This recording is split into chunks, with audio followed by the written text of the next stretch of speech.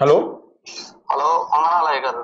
వందనాలండి. క్షీరసాగర మదనం కార్యక్రమానికి స్వాగతం అండి. మీ పేరేంటండి? ఎక్కడి నుంచి కాల్ చేస్తున్నారు? నా పేరు సాగర్ అండి, నర్సాపేట అండి.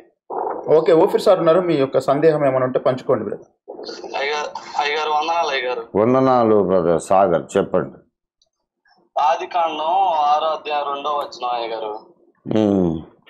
దేవుని కుమారులు నరుల కుమార్తెలు చక్కని వారిని చూసి వారితో తమకు మనసుకు నచ్చిన స్త్రీలను వివాహం చేసుకుని వాళ్ళకి పిల్లలు కలిగారు అయ్యగారు. వాళ్ళు ఒక్కొక్కరు 70 అడుగులు పుట్టారని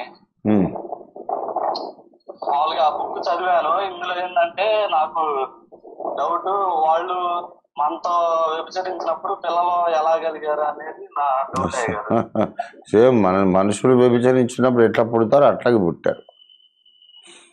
వాళ్ళు దేవుని అదే దేవదూతలు అన్నారుగా, అయితే అదే వాళ్ళకి మనలాగే అన్ని అవయవాలు అన్ని ఉంటాయని. అన్ని అవయవాలు ఉంటాయి.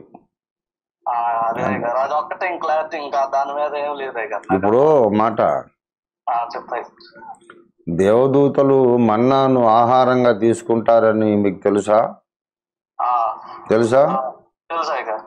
మరి ఎట్లా ఆహారంగా తీసుకుంటారు? ఇశ్రాయేలులేమో దాన్ని రోట్లో వేసి దంచి దాని ద్వారా రొట్టెలు చేసుకొని కాల్చుకొని పెనం మీద కాల్చుకొని తిన్నారని ఉంది.